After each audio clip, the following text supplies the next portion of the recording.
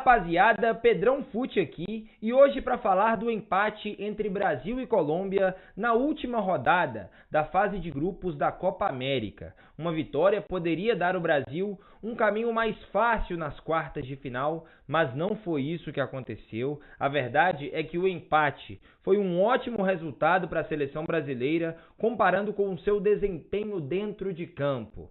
Esse comentário já mostra para que lado o vídeo vai hoje. Antes de tudo, já se inscreve no canal, deixa o seu like, ativa o sininho, porque é muito importante você ajudar na nossa meta de chegarmos a 100 mil inscritos ainda este ano. Um rápido disclaimer, a câmera está diferente, né? Não sei se você percebeu, deu algum problema aqui com o celular, tá?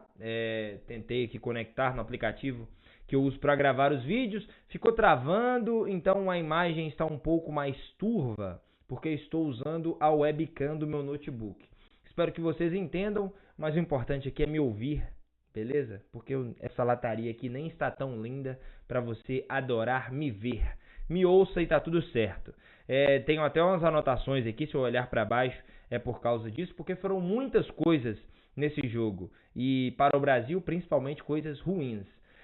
Começando pela escalação, eu defendi desde a última partida contra o Paraguai que o titular deveria ser o Savinho.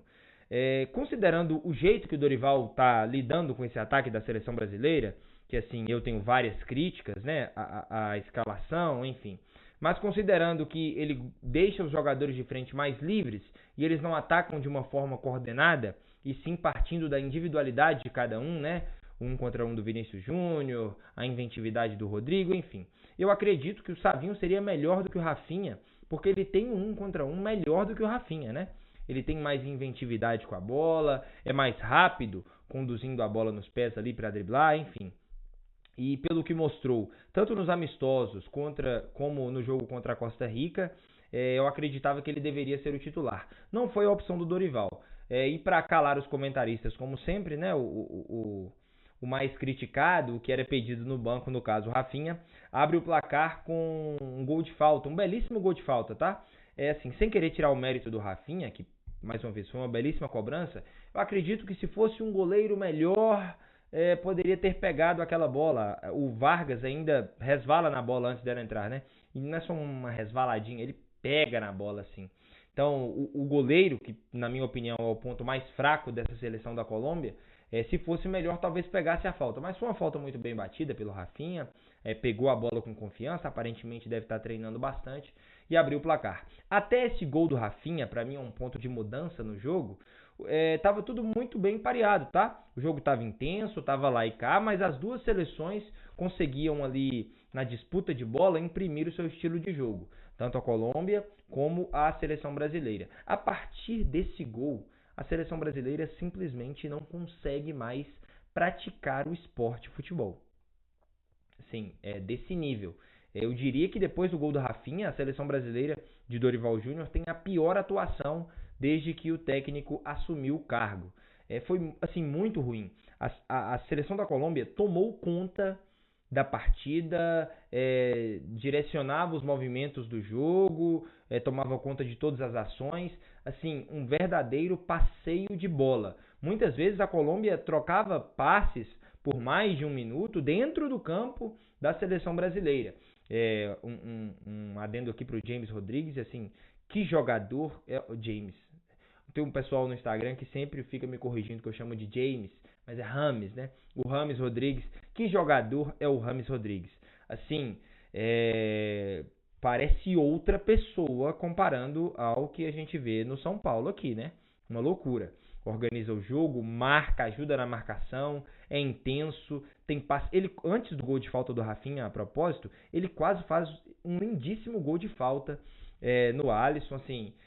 Muito criativo, muito talentoso o Rames Rodrigues e um jogador muito dedicado, inspirado e que tem uma querência absurda com a seleção da Colômbia. Dito isso, a Colômbia vai tomando conta ali das ações do jogo e tem um lance muito esquisito que é o gol que a Colômbia faz com o Davinson Sánchez. É uma falta cobrada pelo Rames Rodrigues, o Davinson Sánchez cabeceia a bola, faz o gol. E rapidamente o Bandeira já levanta a bandeirinha, né? Marca o impedimento. Esse gol fica em análise ali por 3, 4 minutos, eu acho que foi isso. E depois é anulado. Cara, assim, e aí a Conmebol, né? Que, venhamos e convenhamos, organiza muito mal a Copa América, por vários motivos que eu não vou nem listar aqui, porque né, esse vídeo vai ficar imenso por si só. Imagina se eu for criticar a Conmebol. Mas não tem um impedimento automático, né? Que deveria ter. Estamos falando da segunda maior confederação esportiva do mundo, atrás da UEFA somente. Não vou nem colocar a FIFA porque, né? Por motivos óbvios. E não tem um impedimento automático. Então são as linhas. E aí, cara, eles anulam o gol.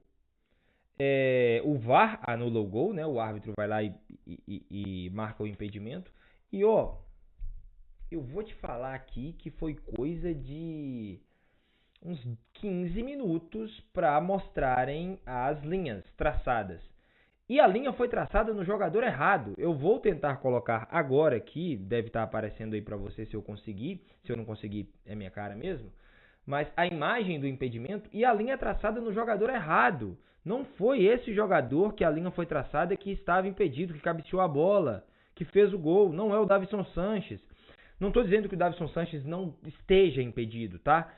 Eu vejo uma diferença, eles estão praticamente na mesma linha, o Davinson Sanches e acho que é o Bruno Guimarães aqui atrás, né? Enfim, mas não é esse cara que a linha foi marcada, então assim, o Brasil poderia ter tomado o gol de empate antes, e tudo bem. Depois tem um lance com o Vinícius Júnior que também é pênalti, ok? E o VAR nem chama o árbitro para olhar. Então, assim, as duas seleções foram prejudicadas igualmente. Talvez a Colômbia possa reclamar até mais, porque marcou o gol, né? Assim, foi anulado um gol. No caso do Brasil, não foi dado um pênalti. Como a gente viu no jogo contra o Paraguai, não significa que é um pênalti para o Brasil, que o Brasil vai converter. Né? Então, assim, a Colômbia pode reclamar até mais da arbitragem. E assim, cara, aí depois a Colômbia tomou conta de todo o primeiro tempo,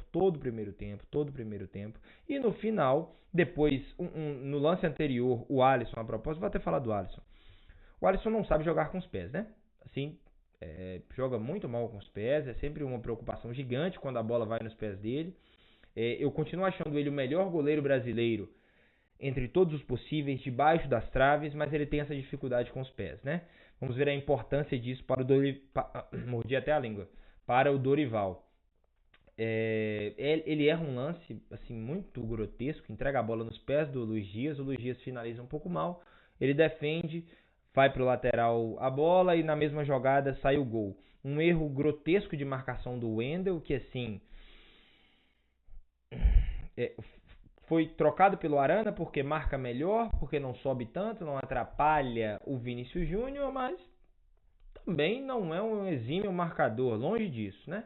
Já tinha falado sobre isso na convocação, inclusive. O Wendel não é uma unanimidade nem no próprio Porto. É o tipo de coisa que sai da cabeça de alguns treinadores, né? Mas tudo bem. Ele erra completamente a marcação e o Munhoz, esqueci o nome do lateral direito da Colômbia. Ultrapassa por trás, o Paquetá também não acompanha, recebe o passe e marca o gol no finalzinho do primeiro tempo. Tudo bem, empate da Colômbia, já teria que ter empatado antes pelo jogo que estava fazendo. Agraciado com um gol a seleção da Colômbia.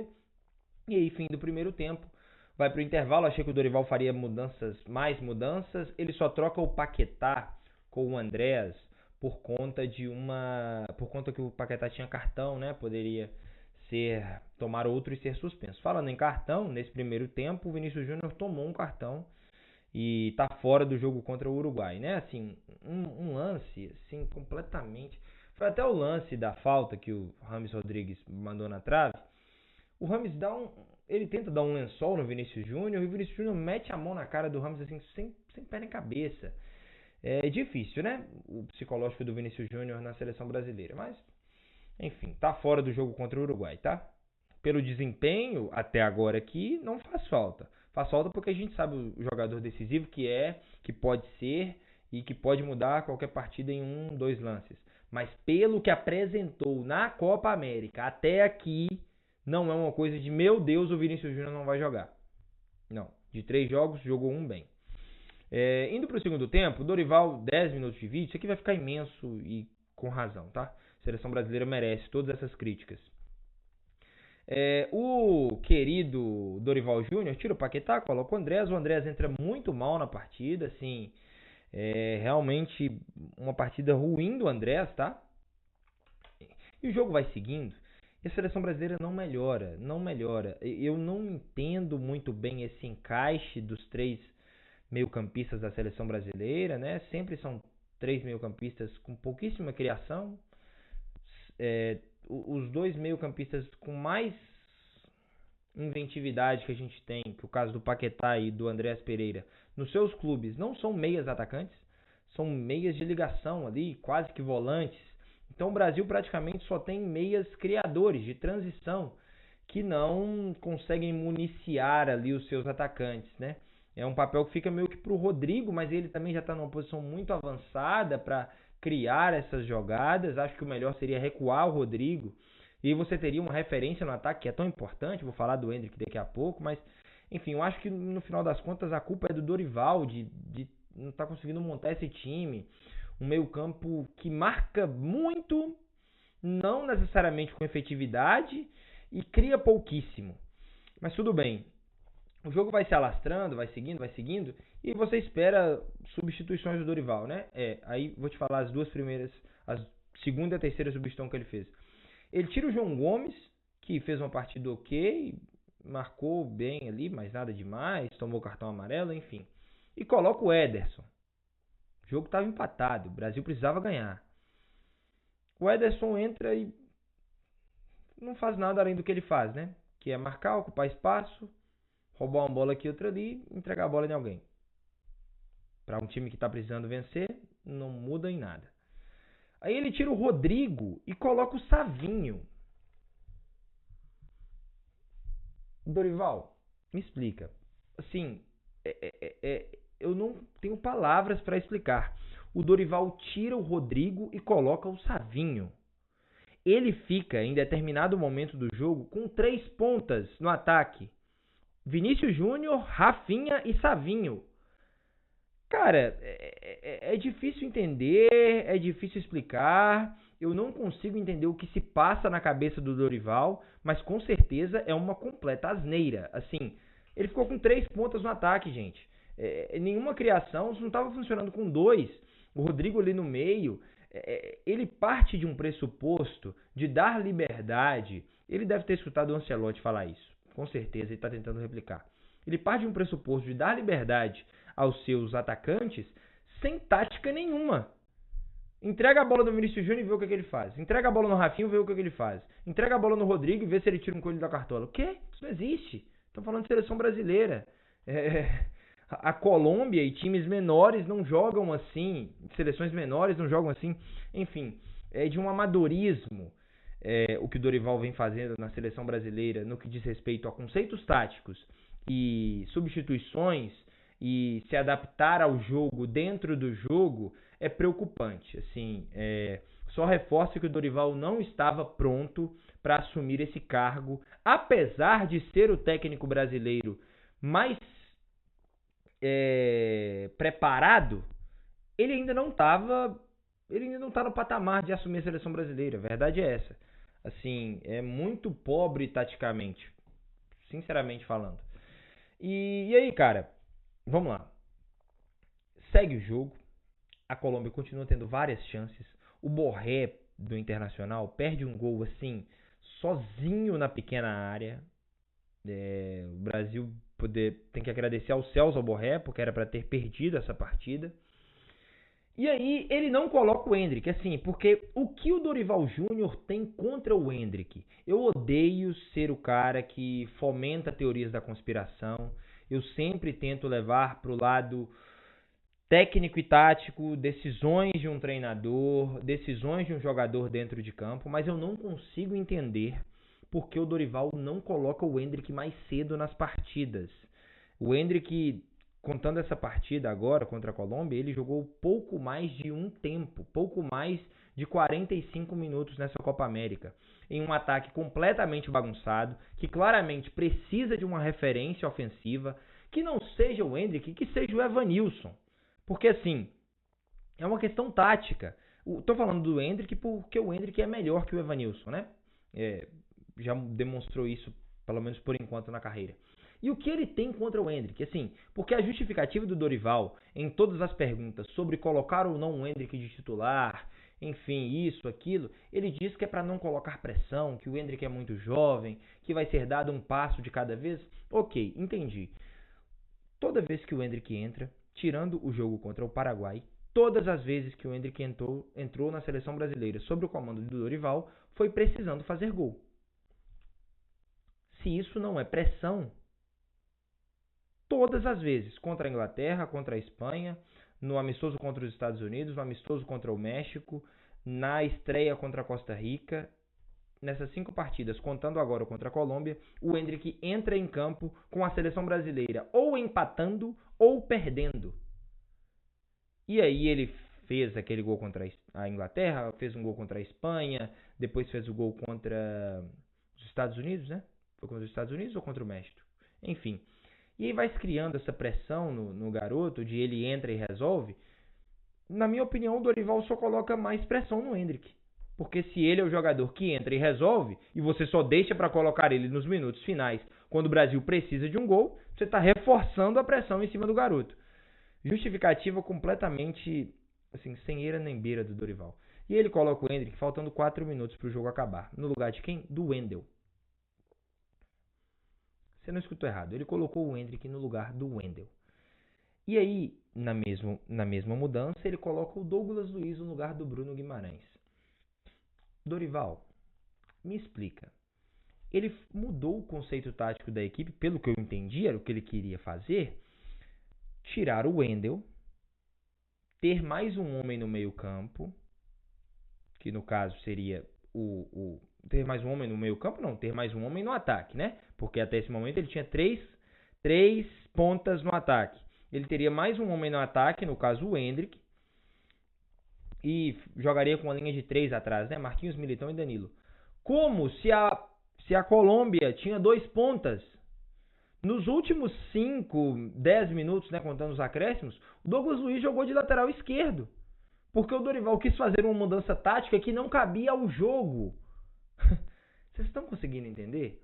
Enfim, um desastre essa partida, um desastre o Dorival no comando técnico da seleção brasileira até aqui, no que diz respeito a conceitos táticos e substituições em adaptações dentro do jogo. Para mim só reforça que ele era o melhor entre os técnicos brasileiros, mas claramente não estava preparado para assumir. Cara, nossa, eu odeio falar isso, mas que saudade do Tite, assim, né? Porque também tinha esse problema de adaptar-se dentro de uma partida, mas quando não precisava disso, ganhava jogos com muita tranquilidade. Assim, o Brasil teve 7 finalizações no jogo. 7. Entre os atacantes, o Endrick, que entrou, não finalizou nenhuma vez. O Savinho não finalizou nenhuma vez. Estou falando dos que entraram, né? Dos 3 titulares, o Rafinha teve 2 finalizações de falta. O Vinícius Júnior teve 1 finalização e o Rodrigo nenhuma.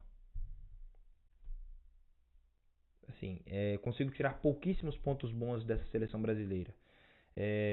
Talvez ali os zagueiros, né, com o Danilo, mas isso não tem nada a ver com o Dorival. É complicado, tá? Complicado. Acho que aqueles amistosos de março podem ter dado uma... A gente pode ter se iludido e acho que agora tá sendo provado. Brasil enfrenta o Uruguai nas quartas de final. Uma pedreira, assim... Vai ter que jogar muito melhor, vai ter que ter uma grande mudança daqui até sábado para o Brasil eliminar o Uruguai. Não chega como favorito, tá? Pelo peso da camisa, pelo respeito, enfim, eu acho que tem alguns pontos. Mas desempenho, não tem a mínima condição de chegar contra um Uruguai 100% até agora. É isso, meu povo, chegando aí a 20 minutos de vídeo, espero que vocês tenham gostado. Concorda de mim? Concorda de mim? Eu me perdi aqui nas palavras, né? Concorda comigo? Discorda de mim? Deixa aqui embaixo nos comentários. E é isso. Boa sorte para a seleção brasileira, porque aparentemente é a única coisa que pode salvar de uma eliminação precoce nessa Copa América. É isso. Valeu, fui!